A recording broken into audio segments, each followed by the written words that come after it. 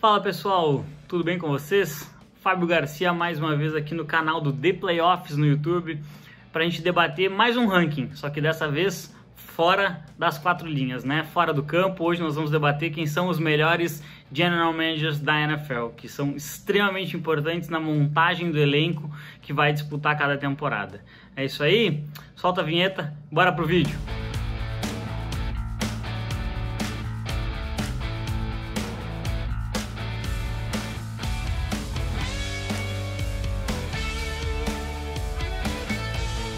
Antes de mais nada, fica um pedido para que vocês se inscrevam no nosso canal, ativem o sininho, né, para receber sempre que a gente fizer um novo vídeo, uma notificação. Deixe um comentário aí, diz que se gostou, se não gostou, se concorda ou não com o nosso ranking. E vamos falar um pouquinho sobre General Managers, né? Antes de mais nada, acho que é importante a gente estabelecer alguns critérios, assim, explicar mais ou menos como que a gente chega numa lista dessas, né? Porque é muito difícil. Você pega o Bill Belichick lá nos Patriots, que exerce uma função como essa há 20 anos, e tem general managers que foram contratados agora, faz 2, 3 semanas na NFL. Então é um pouco difícil equilibrar, a gente vai dar um foco maior para 2021, mas vai contar o que esses general managers vieram fazendo na liga ao longo dos últimos anos. Beleza? Antes de entrar propriamente no top 5, vale alguns destaques que acabaram não entrando entre os melhores da liga, mas que são alguns general managers que a gente precisa ficar de olho, né? O Eric DeCosta, lá do Baltimore Ravens, tem uma montagem de grupo muito inteligente e tem uma sintonia muito boa com o John Harbaugh, também um dos melhores head coaches da NFL, e acho que a partir disso é um general manager que a gente precisa ficar de olho, porque ele sabe escolher no draft, sabe desenvolver talentos também e assina bons contratos na free agents, né? Ele tem algumas trocas extremamente inteligentes, como o Calais Campbell, por uma escolha acho que de 6ª ou 7ª rodada lá com o Jacksonville Jaguars, e ele produziu bastante depois da troca. Isso é um acerto de general manager, né? E também queria destacar aqui o Tom Telesco, né? Que atua lá como general manager nos Los Angeles Chargers e vem com a missão de mudar essa cultura da equipe, de não conseguir finalizar, né? Os Chargers têm esse problema muito grave, não conseguir finalizar jogos, temporadas. Mas ele achou um left tackle titular no último draft e achou um quarterback, né, um dos melhores da NFL na figura do Justin Herbert, né? Além disso, ele puxou o gatilho num dos melhores coordenadores antes da última temporada, exatamente, né, com o Brandon Staley, e acho que acertou quando escolheu um dos melhores coordenadores defensivos da época para a posição de head coach. Então são vários e vários acertos e acho que os Chargers podem colher esse sucesso muito em breve ali na frente. Infelizmente, nem sempre a gente vai falar só de coisas boas, né? E aí eu quero destacar aqui o trabalho do Chris Grier, lá do Miami Dolphins, né? Apesar dele ter acertado, na minha opinião, com o Jalen Waddle no último draft, ele acabou tendo uma briga muito séria com o head coach, parece que é uma disputa de poder com o Brian Flores. Isso interrompe um trabalho que vinha sendo feito de uma maneira bastante competente, se comparar com o Miami nos anos anteriores. E a figura do Tua ainda não comprovou, especialmente num draft em que acabaram saindo Joe Burrow e Justin Herbert. Isso acaba pesando no General Manager, por mais que o Burrow não estivesse disponível na escolha, o Herbert estava, e isso acaba pesando bastante na hora de avaliar esse General Manager, né?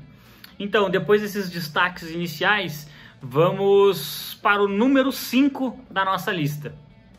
O número 5 que eu separei aqui para figurar entre os melhores General Managers da NFL é o Jason Licht, lá do Tampa Bay Buccaneers. Ele participou da construção de um time que foi campeão na temporada anterior e acho que ele tem um papel fundamental no ato de perceber gaps e potencializar talentos.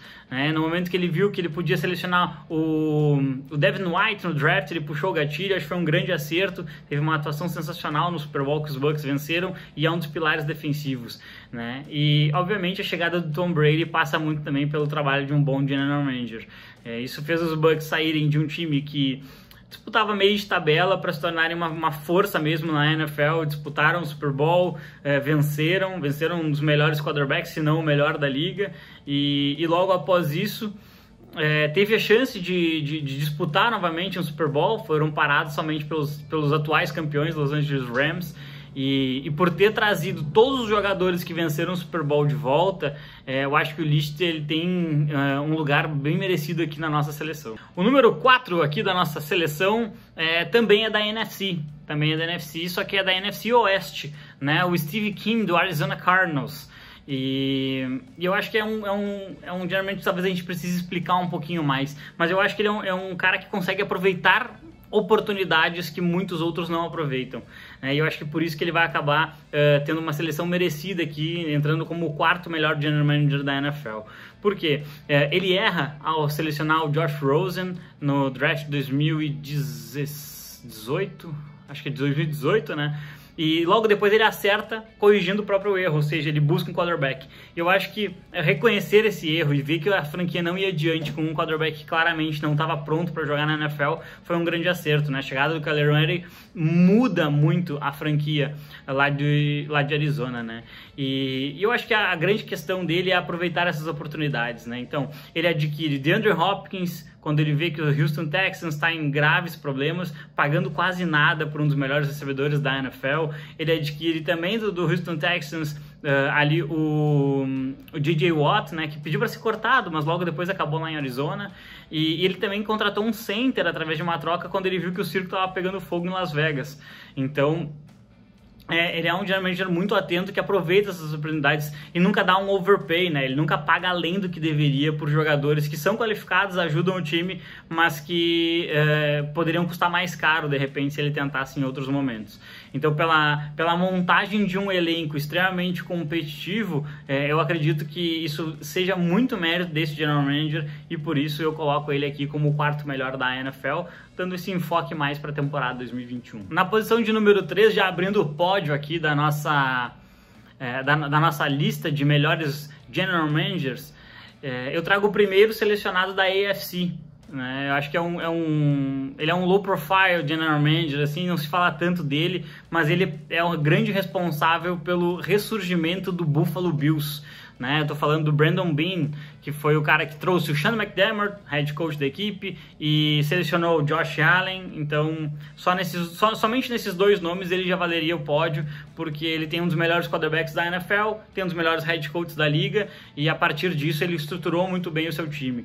As seleções de Tremaine Edmunds também passam por ele, Matt Milano, que são pilares defensivos, a montagem dessa dupla de safeties absolutamente espetacular, aproveitar a queda do Tre'Davious White, acredito que tenha sido ele ainda já no draft, é um ponto que acaba consagrando, esses pontos acabam consagrando um general manager, Acertar na posição de QB é muito importante, de head coach também, mas você vê montagens de elenco que são muito inteligentes por parte desses times campeões. E agora ele vai passar por uma nova prova, que é renovar o contrato de jogadores-chave para sua defesa, para o seu ataque, e ele também tem um pouco de mérito também de ter acreditado no Stefon Diggs, que particularmente eu não acreditava para valer uma escolha de primeira rodada. Ele foi lá, pagou, e acho que foi muito inteligente, e eu valorizo muito também o fato de que os general managers eles conseguem ver a grande falha de seus times. O Buffalo Bills de 2020 era um time que tinha uma dificuldade muito grande de pressionar o quarterback, e isso ficou evidente quando foi derrotado pelos Chiefs na final da conferência. Então ele foi pro draft e buscou o Greg Rousseau na primeira rodada, que teve um bom primeiro ano na liga, e eu acho que essa questão de saber ler o seu time e apostar certeiramente no draft é com certeza uma característica que todo torcedor quer ver num general manager. Brandon Beane, por todo esse sucesso do Buffalo Bills, que já ganhou 2 títulos de divisão seguidos, algo que há 5, 6 anos era absolutamente impensável, ele merece sim um lugar no nosso pódio aqui. O número 2 da nossa lista aqui, de melhor general manager da NFL, ele vai ser um cara que, na minha opinião, ele é absolutamente genial na montagem de um elenco, afastando essa questão de salary cap, que todo mundo fala, ele não tem cap para isso, não tem cap para aquilo, e ele simplesmente acabou com essa discussão, porque ele consegue pagar, e pagar muito bem, as suas melhores estrelas, e mesmo assim manter um time extremamente competitivo. No time dele tem Tyrann Mathieu, Chris Jones, Frank Clark, todos ganhando muito bem na defesa. No ataque você olha o Joe Tunney, o offensive guard, o Tyreek Hill, Travis Kelce, todos ganhando muito bem, e obviamente tem um contrato ali de $500 milhão para o Patrick Mahomes, mantendo o possivelmente melhor quarterback, na minha opinião, o melhor quarterback da NFL, no time por 10 anos, sem possibilidade de perder o jogador que é a cara da franquia e hoje é praticamente a cara da liga também.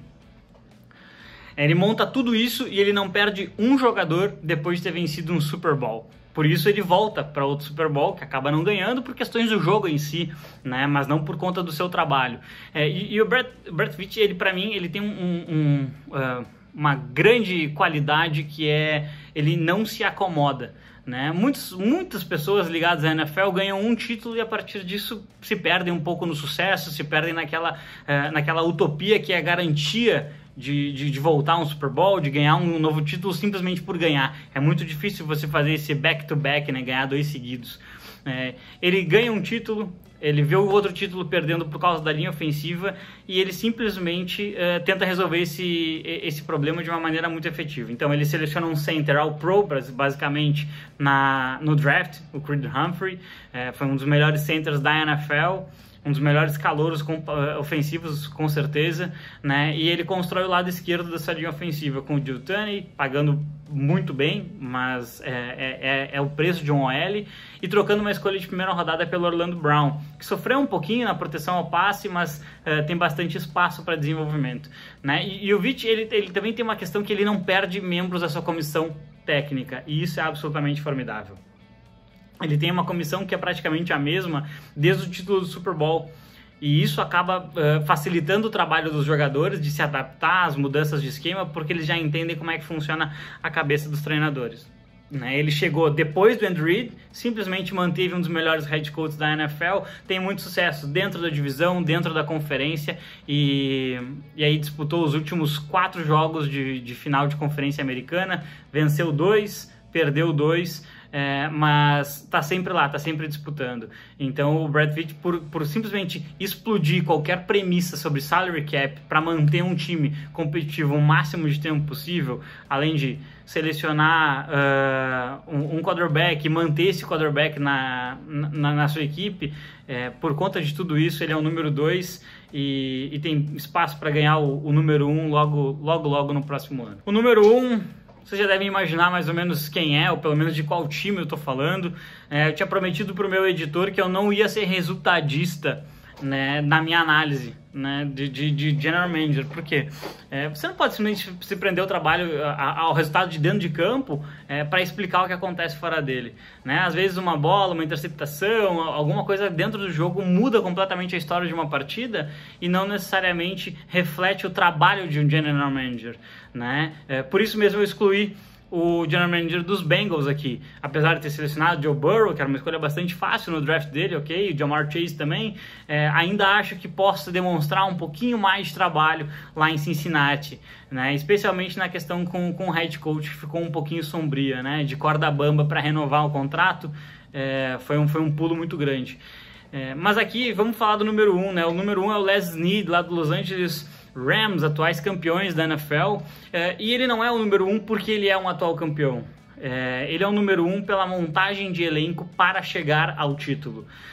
O Snead, ele via que ele tinha alguns grandes talentos no time, como o Aaron Donald, que já estava lá, o Andrew Whitworth, o left tackle que se aposenta, mas faltavam peças, né? Ele traz o Sean McVay e aí a partir de uma filosofia ofensiva interessante e a partir da escolha de bons coordenadores defensivos também, o time começa a tomar uma certa forma, bate na trave no Super Bowl contra os Patriots e identifica que precisava o quê? De um quarterback. Então ele simplesmente avaliou que valia a pena continuar pagando escolhas de primeira rodada, algo que os Rams fazem há muitos anos, e para montar esse time. Então ele monta um time que ele traz o melhor cornerback da NFL a partir de escolhas de primeira rodada, ele traz o Matt Stafford, né, que acho que é a grande história da última temporada, né, um jogador que nunca tinha vencido um jogo importante, o jogo de playoff, acaba vencendo o Super Bowl, e acho que a grande questão é a leitura que ele faz durante o ano. Ele aproveita a briga do Odell Beckham Jr. lá com o Cleveland Browns e adiciona um recebedor logo após perder o Robert Woods, e o Odell tem um papel fundamental, né, nessa segunda metade de temporada para os Rams e no título em si. E ele também vai lá no Denver Broncos, bate na porta e traz um edge extremamente experiente, já campeão do Super Bowl, no Von Miller, para que a equipe pudesse ter um pouquinho mais de força para chegar nos momentos decisivos e conseguir vencer o título. E eu acho que a grande questão é a forma como ele monta. Ele pega as premissas de montar um time de sucesso através do draft e ignora isso completamente. Ele monta o time dele através de trocas por veteranos já consagrados, mas que ainda tem coisas a provar. O Jalen Ramsey não era um cornerback campeão, né? O Odell Beckham Jr. era um wide receiver que as pessoas consideravam como quase aposentado, né? E a partir disso ele pega esses jogadores, agrega num time muito bem treinado e ele consegue transformar um grupo em um time extremamente qualificado que acaba ganhando o título, né? E eu acho que por quebrar a premissa de montar uma equipe vitoriosa somente através do draft, porque isso vai durar por muitos anos, o Les Snead merece sim o título de campeão, não só da NFL, mas aqui no nosso ranking também. Mas eu queria saber de você, se você concorda com o meu ranking, se discorda, esqueci de alguém. Eu particularmente acho que esses aí são os melhores e a gente vai ver essa dança de cadeiras de General Managers acontecendo ainda sempre na NFL. Mas fica aí um grande abraço, deixa um comentário, deixa um like aí pra nós. Muito obrigado e até a próxima. Valeu!